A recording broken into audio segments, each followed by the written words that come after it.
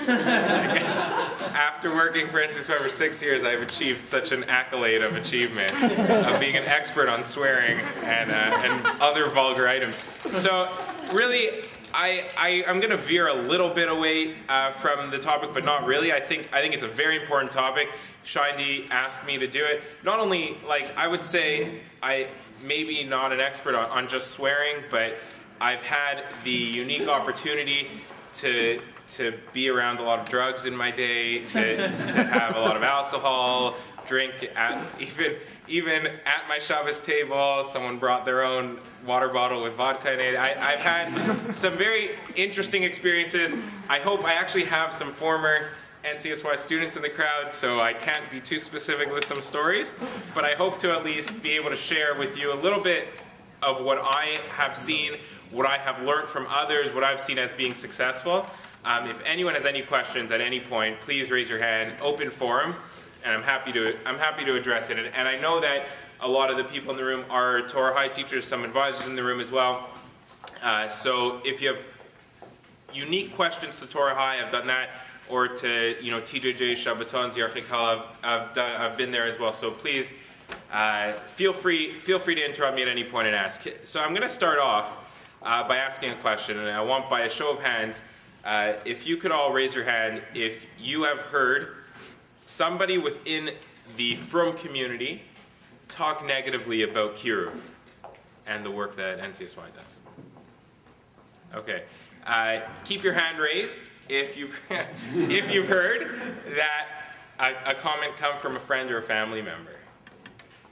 Okay, I know I have. I'm surprised that it's not as many in the room, because I know that growing up in the Frum community and being here, and I chose after I got back from yeshiva to pursue somewhat of a job with NCSY, and I know that people were somewhat disappointed. Family members, friends were like, "What are you thinking? Like, Kiruv, what is that? Like, is that Lev Tahor? Or are you moving a Chatham? Like, are you psycho?" Like, and it's interesting, and I always found it interesting why that was. And I remember hearing a talk, I'd say, when I first decided that I wanted to be involved in Kiruv, by one of my rebbeim, about why there's such this negative connotations that revolve around the Kiruv world, and why that's maybe sad and maybe something that we want to dispel right away. The word Kiruv, to draw close, to make close, is a misconception with a lot of Mikarvim in NCSY and a lot of people around the world in Nesha Torah, or maybe the conception that people throw upon us is that when we're doing Kiruv, we're trying to draw people close to us. And 100% that is not true. And I'll explain where I'm going with this, is that if you're doing Kiruv, and by doing Kiruv you're trying to draw people close to you, that is, you are never going to see success in this world, and I think it's a big mistake. And what we have to do, and Rabbi Black brushed upon this at the end of his speech for whoever was here at the last one, is that when we do Kiruv, we're trying to take someone's hand, take them with us, and go closer to God, and go closer to the Torah, and closer to the truth with them. If we're trying to draw them closer to us, that's sheker, that's 100% false, and something that we're going to have tremendous failures with. And you think about, how could someone so powerful in the Kiruv world be in jail, be fired, be thrown out of NCSY, quit NCSY or Esha Torah or this organization or that organization, and it's because of this misunderstanding that that's what Kiruv is. And if you are of the understanding that Kiruv is taking someone's hand along with you and going with them closer to HaKadosh Baruch Hu, then you're going to start seeing success. The reason I'm bringing this up now at the beginning of this topic is because discipline in NCSY is, to me, inseparable from maintaining good relationships. Is if you have kids in NCSY, students, people who you're close with, uncles, grandparents who aren't from, and you're talking to them about the Torah, and you think that you're going to be doing them a justice by bringing them closer to you, I think you're going to see tremendous failure. But if you do the other way, and my mahalach in Kiruv is that, is that you're going closer to God with them. If you do that, go upon that path, the discipline will come along with that. Everything I've ever done in discipline is on that note, is not separable from that. It's not, how do I discipline this kid properly? How do I make him serve for what he's done to me? Because he was chutzpahdik to me. I had him over at my house and he was drinking vodka at my table. I've done this and he insulted me. It's how do I grab his hand again because he fell or she fell, and walk with them again and bring them again closer to Kadosh Baruch Hu and closer to the Torah. And when I'm going to talk now about I'm going to break it down into a few different areas of maybe discipline and tell a few different stories that might be a little humorous at times, a little sad at times, but really you can't forget that mahalach, is that you can't forget that direction, that really what we're trying to do is pick them back up again and once again start bringing them closer to what the truth is. Any questions on that? Any comments on that? People could disagree with me 100%. As a teacher, I always would say that if someone disagrees with me and shows passion of disagreeing with me, I think that is the sign that you're listening and passionate about the topic. And really, if you disagree with me, I'm happy to have you raise your hand and say, I think you're stupid and quiet, and this is what I think. And really say that, and I'll field that, because nothing you say could insult me, because I'm very, I believe in this very strongly. So really, if you have questions, please stop me. The first thing I want to talk about, and maybe this is more pertinent to certain regions, or I don't know where everyone here is from, to be honest. I know that there's a large contingency from Canada. So the first thing I want to talk about is drugs and alcohol, and what we've had in the past, and how to properly discipline students with drugs and alcohol. And I've seen it go completely wrong in this regard, and maybe you have as well, where a kid will come into Torah High and he'll be high, and it'll be ignored by a teacher, and they'll say like, it's okay, whatever, who cares, they're high, like let's learn Torah and it'll be cool.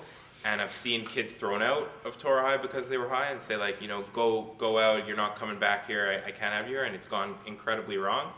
And everything in between, kids drinking in the class and kids doing this, and really if you've had similar experiences, I'm happy to have you share with us as well. But this is what I've seen, and maybe some things that I've seen in the past. So I'll go back to when I first started at NCSY about maybe 7 years ago, when I got back from yeshiva, started university.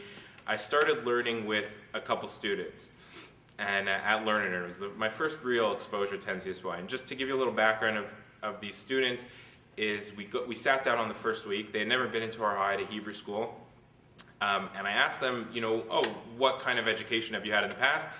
And they said none. And I said, okay, like, do you celebrate Jewish holidays? They said no. I said, do you know about like the stories of the Bible, Abraham, Isaac, Jacob? You ever heard of that? No. What about like Moses leading the Jews out of the desert? They said, I think I once heard of that. I saw a movie, maybe The Prince of Egypt. Really, like as basic knowledge as you can get. They had zero Jewish education. So we started learning together, and I started with two of them, and our chabura kind of grew. And because Learn and Earn paid money, and it gives kids $10 for those who aren't familiar with it, to come and sit and learn. So essentially what I had was about 10 students who would come every week, who I grew tremendously close with, who would come every week, get the $10, and it was very clear that they needed drug money. And they would show up to Torah High often high, and they would be stoned. And 1 week I asked one of them like, oh, March break is coming up, what are you going to do for March break? And he was like, mushrooms. I was like, what do you mean you're going to do mushrooms? He's like, yeah. Like, he's like, I've been growing mushrooms, and March break I've dedicated to doing mushrooms. So like, this is just a little bit of the picture of, maybe an extreme, but something that every one of us will have to deal with, because if you're delusional enough to think that none of your students smoke weed, then take a reality check, because it's not true. And so what happened, so I'll get to about the mushrooms in a second, but what happened with those students was two of them decided to come on Yarchei Kallah. We had someone here who used to work at NCSY who spoke with them, and we spoke with them together, and they said, you know, they were going to stay in a room with me, and we had a very close relationship. Like, these kids were like, you know, again, real drug addicts, but like with a very close relationship. And to the point that, and I've never seen this before in NCSY, in all my years, I've never had this before. When we got to the hotel room, these kids like refused to sleep on the bed because they felt that it was disrespectful to me, and I had to get the bed, and they wanted to sleep on the floor. And they said even if they couldn't get air mattresses, they wouldn't feel comfortable sleeping on a bed if I had to sleep on the floor. Like, that's how, like, and I never experienced, like, usually it's like, you know, I don't think I've ever had an air mattress without a hole in it, like, never, in my days at NCSY. So, like, I was, like, shocked. And so I get to the Shabbaton, and on Friday night, I saw that they weren't in the room. And throughout the Shabbaton, we were learning together, and they really were interested, genuinely, in what I was saying. And we were learning together, and Friday night I saw they were missing, and I went out with one of the other staff members, and I was like, let's go look for them, and we caught them smoking weed.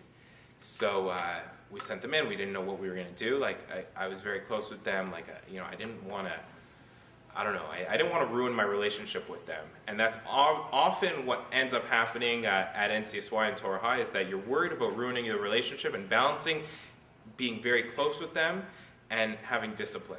And if, you know, you feel like it's a lose-lose. If you let them stay, then they're going to know they can run all over you. If you kick them off, then they might hate you forever. And it's like you're scared of that because you're so close with them and you love them so much and you want to grow with them. But if you discipline them improperly, you know, you could ruin that relationship forever. So I didn't know what I was going to do. I spoke with every staff at NCSY, like, what would you, whatever. We decided that, you know, we're going to give them one more chance. We're going to let them stay. So Shabbos morning, I went to wake them up. I think wake up was at 9 a.m. Yeah, go ahead. Does anyone have the license plate BSNE 480? Is that not Dan's car who just went to move? Maybe. Okay, thank you. Okay, so we decided we're going to give them one more chance. So Shabbos morning, I went to go wake them up. It was 9 a.m. I get to the room, and they were smoking hash in the room. And I was like, guys, like, one more chance, like, that's going to be it. And we were at a hotel. It was in Toronto, but it was near the airport, so we're like, you know what, we're going to have to send these kids home. But I was like, you know, we're not going to do it now because then the rest of Shabbos, you know, they're going to be in a program. I was like, guys, that was your one more chance, like, let's, and I felt hurt also, like, that they were doing this again. And we had them, you know, I was like, guys, I'm going to come back in half an hour and get you guys to come downstairs. I come back in half an hour, they're smoking hash again. And like... But you didn't take away their hash? Good point. I didn't think about that. I didn't, maybe hash is muktzah, I don't know. And like, literally, I think it was throughout the Shabbos 9 times that every time, these kids were like perpetually high. And after Shabbos also, like, I was like, you know, I was like, guys, I was like broken up. I was like, guys, please, like, just like no more. Let's go one more time. I go in the shower. I come out of the shower and they're smoking hash. Like, while I was in the shower. You didn't take away their hash and knife? No, I kept on. They had more. These got endless supply. And after Shabbos for sure. And so for sure, you know, Shabbos morning we were gonna send. Sunday morning they were going home. So Sunday morning we sent these kids home, and it was really heartbreaking. Like, I knew that one of them especially, his mother was gonna kill him because he was like, guys, like, he was like almost in tears. He said, can I call my mother and tell her? And we said, okay.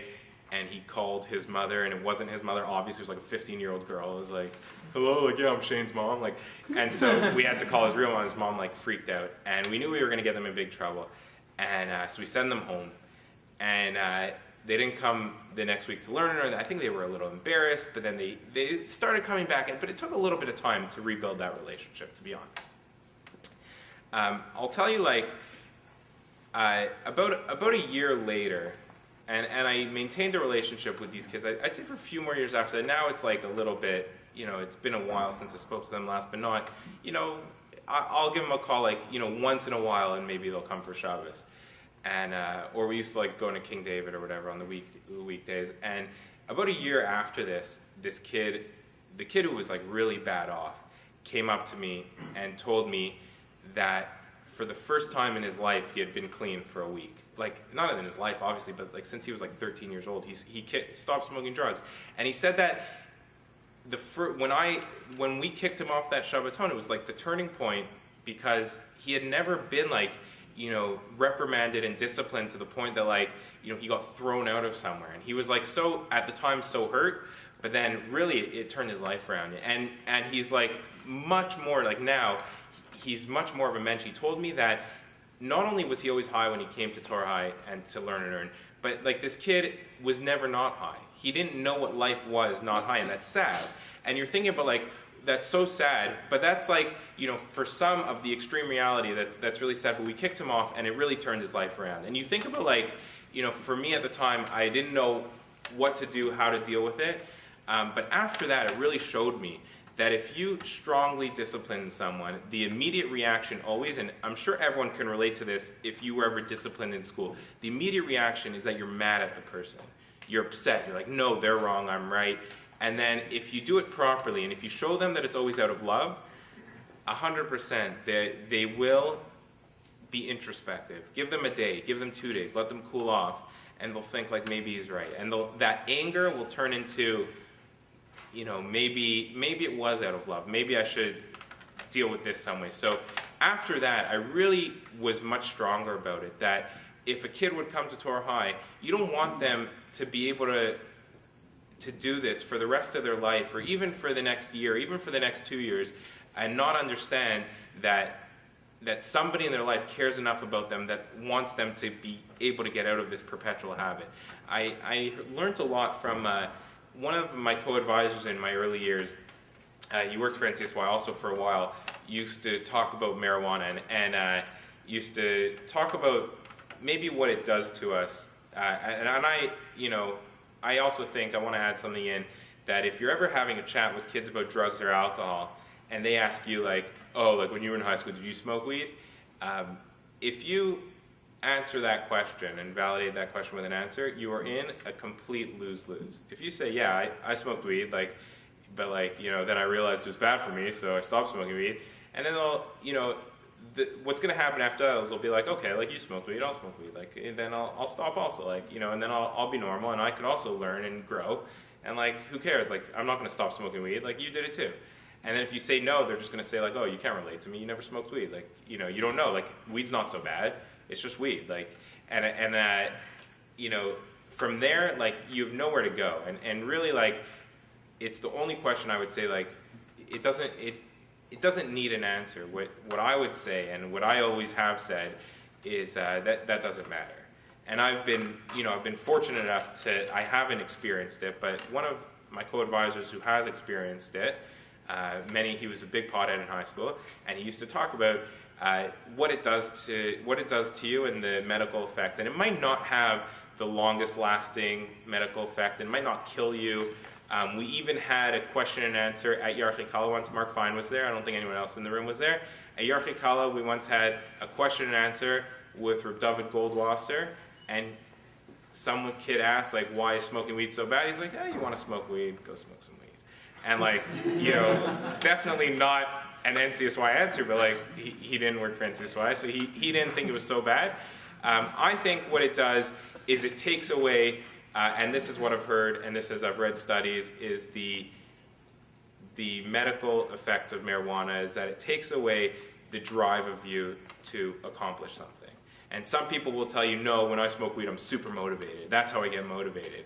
But medically speaking, what it does for you is it relaxes you. It takes away your drive to accomplish. As a Jew, and at NCSY and at Torah High, everything we try to do is we try to accomplish and move forward. And if we're going to do something that's going to remove that drive from us to move forward, to get closer to God, to learn more Torah, and it's just going to mellow us out, I'm not saying we don't need to relax, but if we're going to do something that's going to negatively take that and it's going to move us backwards, it doesn't have a place in these four walls. And if your students are going to go smoke weed outside, make sure that you don't allow them to come into Torah High and they're high. And many times I've told students, guys, you can go take the day off, but please next time, don't smoke weed before you come to Torah High. Don't smoke weed before a Shabbaton. Don't do this. And obviously alcohol has very negative effects on how kids behave in classrooms and on Shabbatons. And very negative when advisors and teachers are thinking to themselves, you know what, I'm going to be the cool advisor, everyone's going to love me, I'm going to let them swear, I'm going to let them smoke, like who cares, like yeah, I'm going to tell them I smoked weed and I'm going to tell them yeah, like go smoke weed, whatever, and then for the rest of your relationship with them, they're going to run all over you, and they're not going to respect you. And on that, any questions so far? I'll just stop. Yeah, go ahead. If they say, no, that is what motivates me, then how does one respond to that? I would say it might be how, if they're really adamant on that, and I have had students who are very adamant on that, I just don't think it has a place in these four walls, and those are the rules we have. And strictly needs to be enforced. Because some kids will be, like, anyone who teaches here, like, we have had kids who come here every single week high. And I'm not saying that they're wrong, that doesn't motivate them, but like, I've seen those students and they'll leave and they might have a good time at Torr High, but they won't have learned anything and they won't have moved forward, and they might have had good conversations, but it won't be long lasting. And often, if they're really getting high every week, it's going to lead to something worse. And I've had girls who used to do lines of cocaine in the washroom here, in the Village Road, right here. They would go leave the class and they would do lines of cocaine. And I had to kick out. And it might be like they smoke a little weed, they'll be able to be motivated, but we have to be able to enforce those rules here and show that it's not what we stand for, and we don't allow that here, because it could lead to so much worse, I think. That's how I've dealt with it. But I'm also not a drug counselor, so if they really believe that's how it motivates them, I can't combat that with science and proof, because I'm not a doctor. And what was that? Rob Ford. Yeah, Rob Ford. I mean, he doesn't believe that it. I mean, honestly, like half the politicians in this country don't believe that weed is so bad for you, and that it doesn't kill you. But aside from the fact that what it does to you, it's also against the law. And no matter what, like, okay, like possession under 10 grams isn't against the law, like that's an invalid argument. Like, it's against the law to smoke weed, and if they're 16-year-olds smoking weed, they shouldn't be coming to these four walls. And if they don't come back and they run away because of that, and you think to yourself, oh no, I scared a kid off because of that, if it's done out of love, they will come back. If really it's done and you show them that you care about them and that you really want them to come back, but that you don't want them to come back high, usually they'll be embarrassed in the beginning. They'll say, no, I'm not high.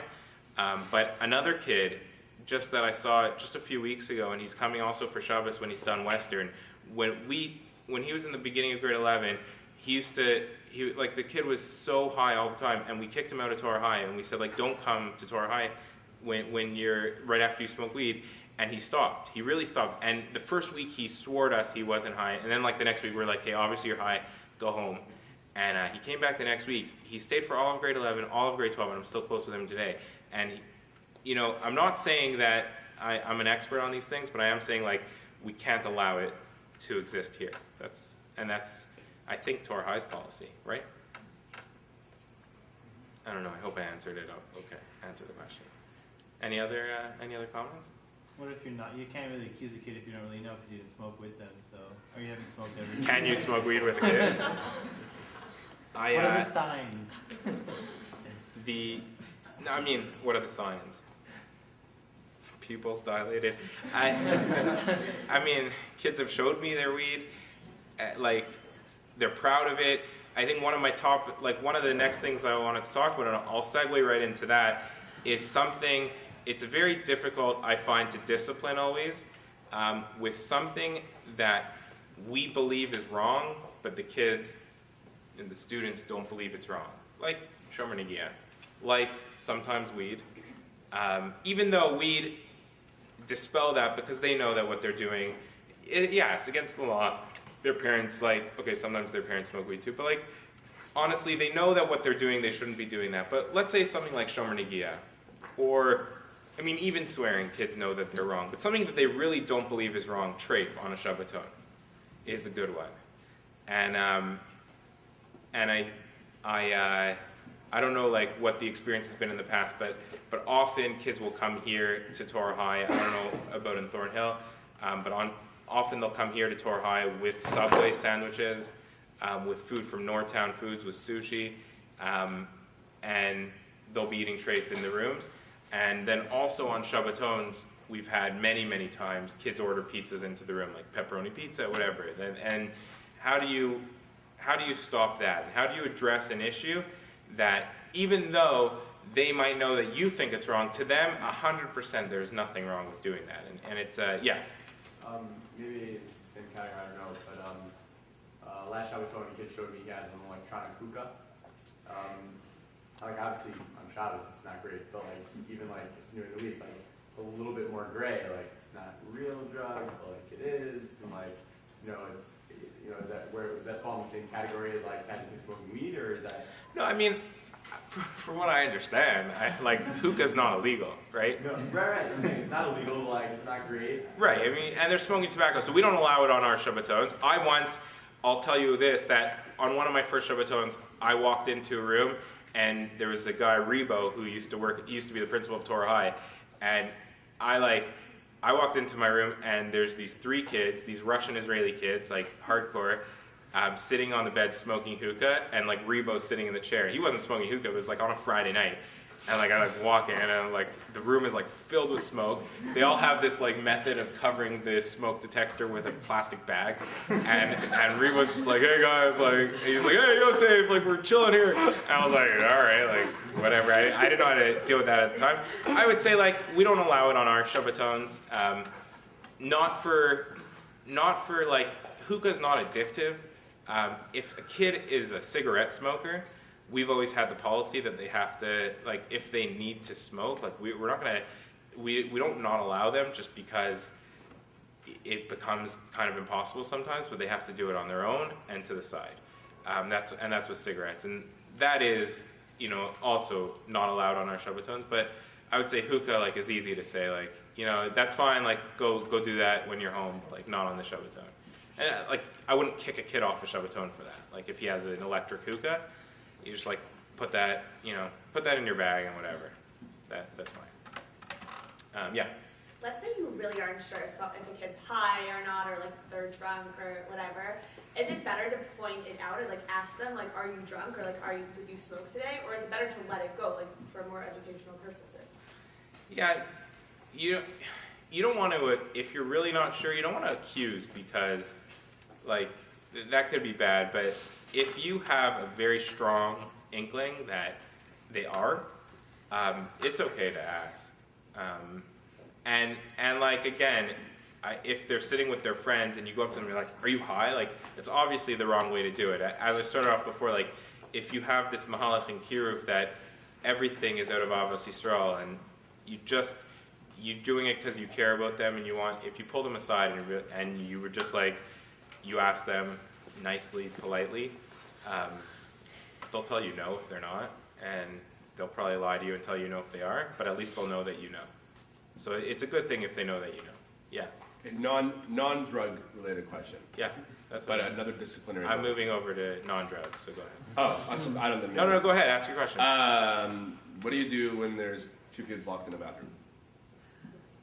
Like, having relationships? Yes. And ensuring that there'll be a Jewish tomorrow. Yeah. Yeah, so... Because I didn't know it has happened on a Shabbaton, Yeah. and I just didn't. I didn't know what to do. Do I wait outside the bathroom? Do I not wait outside the bathroom? Like, I was clueless, and when I ran to go find some backup, I think I went to find you. They had. Yeah, you did find me. I was excited. I'll take that one step further. I was on a Shabbaton, and at 4 a.m. I woke up from my air mattress, and I saw that there was a guy and a girl, like, in a bed together, like, in that room while I was right there. So not in terms of I'll tell you. taking them off. Like what do you? What you did in that I was so shocked. I was so utterly shocked. Pretend you were just. No, I woke up. I'll tell you in a second. I was kind of along. Yeah, go. Not So. locked in the bathroom, but like PDA on a bus, or people at the back of the bus. So PDA on the back of the bus, I've hung out in the back and talked to them. and I've even, you know, moved my seat to the back of the bus and hung out there for the whole ride. And it could get like, you think PDA, like if you went to Beis Yaakov or Old Pana or whatever, like you might be thinking like, oh, PDA, they're holding hands. Like it could get pretty bad and disgusting for everyone around them, I would say. So it's more of an issue than you would think, because like I've had kids like really complaining to me, like walk up, and it can get like very uncomfortable if kids get too close. Now with the washroom, I'll tell you, like I've been on TJJ a couple years ago, and Yoni knows this story obviously. On the second day of the trip, we went to do wake up, and we found a guy and a girl in bed together. And and Ariel was there also, so you obviously know the story as well. So we decided to kick them off. I'll tell you though that after kicking those two students off, and they were upset, like to the point that one of them like had a real lawsuit threatening for like a while, claiming that like the boy was raped, and like that it was like such a ridiculous case. But we decided 100% like that's something that you can't allow, like, you know, something that extreme. So this is more of a, obviously, yeah, okay. So this is more obviously of a Shabbaton issue, less of a Torah High issue, because this won't happen, you know, in Torah High as explicitly. But just what we've done in the past and a little bit about what has happened, we decided to kick those kids off, and they were very upset. Both of them have come back on Shabbatons. I think one of them is graduated, but she stayed in Torah High for the next 2 years. And he is back in Torah High or no? Graduated. He's done. He graduated, but he did come back to Shabbatons. And he was so upset. After we told him he was getting kicked off, it was going to take about a day to kick him off and to get him gone. So we had to have advisors stay back and supervise them. And I'll tell you, on my shift, we learned for 2 hours. And it could be because he was trying to get back on and show me how good he was. But I never ruined my relationship because of that. And I think like that's the yesod in disciplining within the Shabbaton, is that it doesn't have to be to the point that you have to decide, am I going to ruin this relationship or not? Is that the disciplining, if it's done properly, like I learned with that kid, I was in touch with him after. I'm not going to say like we're so close now, but when I see him, we do talk, we schmooze. I saw him recently, like we hung out at Starbucks for like half an hour just like about 2 months ago. And it didn't ruin that relationship. I think like with PDA, they do understand that they shouldn't be doing that on the Shabbaton, sometimes not as much, but to a strong extent, it has to be stopped, especially when it goes as far as they're locking themselves in a room. Because you can only imagine, like, if, I don't want to be too crude and crass, but I do know that, like, people have come on NCSY Shabbatons, and NCSY used to have a reputation in a certain way that, oh, you go on to hook up. NCSY Canada used to have that reputation. This is going back 5 or 6 years ago, where kids knew that they would go meet a girl, hook up, and kids experience things for the first time, and if that reputation gets out, you know, even if Shomer Negiah is not even in their realm, not even in their parents' realm, their parents don't care, like, either way, to every extent, you have to stop it. And yeah, I would knock on the bathroom door and I would wait for them to get out. And on the Shabbaton where I woke up and they were in the bed, I right away kicked him back to his room. Sorry, kicked her. My bad. I was not sleeping in the girls' room. I kicked her back to the room. And we, I think like we decided not to send them home, but they had to stay back from the activities for the rest of the day. And again, with them, him I never heard from again. I wasn't so close with him to begin with, but her, she stayed in Torah High for 2 more years and went on TJJ also, and I'm still in touch with her. And honestly, like, those are the type of experiences and successes that I think, if done properly, everyone has. Did you have a question, Jen? Or no? You just scratched. Shindy did say that I was going to talk about swearing. I know I'm running out of time, so I have like 2 minutes left. Just like one quick point to wrap it up is that there's usually a divide in NCSY. If you go on like an event like Yarchei Kala that Mark's been on many times, there's usually a divide that like, because there's so many advisors there, you see like so many advisors, teachers that are like along the mindset that you have to be cool to relate to the kids, and you have to like, you know, bring yourself down to the level and like, you know, talk sports, talk like them, talk with them. And then there's other advisors.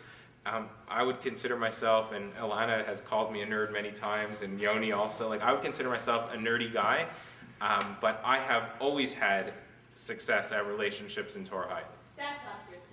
Steph thought I was, my wife thought I was cool. And I've always had success with my relationships at NCSY. And I'm telling you, like, we had the coolest guys at NCSY, like, and they were like, the kids would swear in front of them, and the kids would talk, like, you know, disgustingly in front of them, and they would be like, laugh at their jokes. And I remember, like, on Teacher Day, we had an advisor once, like, that would be so inappropriate with the kids, and I would always, like, if a kid is swearing in front of me, if a kid is being vulgar in front of me, I will always make a comment. If like the F word comes out, always have made a comment. And like I've talked before of like how I've seen success, even though I'm like such a nerd, I'm not like them. I've been close with like the coolest kids, like the biggest, again, like in their high school. If I went to high school and was friends with these kids now, like I would have been so cool. Like this would have been my dream. When I was in high school, I was such a, like, okay, I had friends, but like I wouldn't have friends that cool. And like in Forest Hill, like I used to go to Forest Hill to do the JSU, and like I would walk in and like I was friends with the coolest kids in the school. And like it was like, it felt good. And like you think about the mindset, how, and this is so important, I think take away this, if anything, is if when you're trying to develop a relationship, when you're trying to discipline, you don't need to do that. And like, if you want to look at like a good example is recently, he was just NIFTer with Mayor Schuster. If anyone had the opportunity to ever see this man in action, I mean, he was McCarved so many people, like thousands and thousands. He was a quiet, old Jewish man with a hunchback. He would walk around the old city and just say, do you want to come for Shabbos? Would you like to come for Shabbos? And the least assuming person in the world, and he was McCarved so many people. And I'm telling you that the key is not being cool, the key is being authentic and being real. Because if anything, these kids have cool friends. These kids have other people in their school who laugh at their inappropriate jokes. What they don't have is someone authentic who's who loves them, who cares about Torah, who cares about God, and who just would do anything for them. And they don't understand that concept, that as teachers at Torah High, at advisors at NCSY, we would literally bend over backwards, do anything. We would kill ourselves for these kids. Just because if you're in this business, I hope that we have the Avos Yisrael and love for every Jew like you need for this job. And if you really feel that way and you're authentic, I know that like Rabbi Black scared me before my first Shabbaton, saying like, if you're not hanging out with a kid every second of the Shabbaton, you're a loser. And like, I remember thinking like, okay, I was like so naive, I was like, okay, I have to hang out with kids every second of the Shabbaton. And it worked, and like those kids that I hung out with, they were in grade 9, and they're like now in, you know, graduated 4th year university, and I'm still close with them. And like, all it takes is being real, true to yourself, and true to God and true to the Torah, and then 100% you'll be successful. Don't be the cool advisor. Be the advisor who loves them and who cares about them and who would do anything for them, even if it means risking your relationship with them. Because again, you're not trying to draw them close to you, you're trying to draw them close to Kadosh Baruch Hu. Thank you. I hope people enjoyed that and took something out.